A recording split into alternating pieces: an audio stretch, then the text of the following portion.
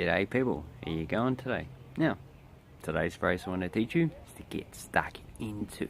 So, when I have a lot of plants like this and I want to get rid of it, so I cut, just cut this all up. That is getting stuck into it. So I'm getting stuck into cutting the plant up. Or you can use it for food. So when you got a lot of food, you dig into it and you go you're getting stuck into your food. But that is the positive way of using get stuck into. A negative way to use it will be to tell someone off.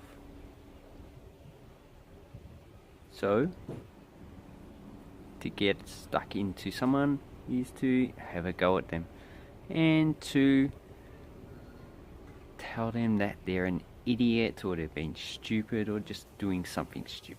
So that is how we use get stuck into in a sentence. And I hope this helped you very much, and thank you very much for watching.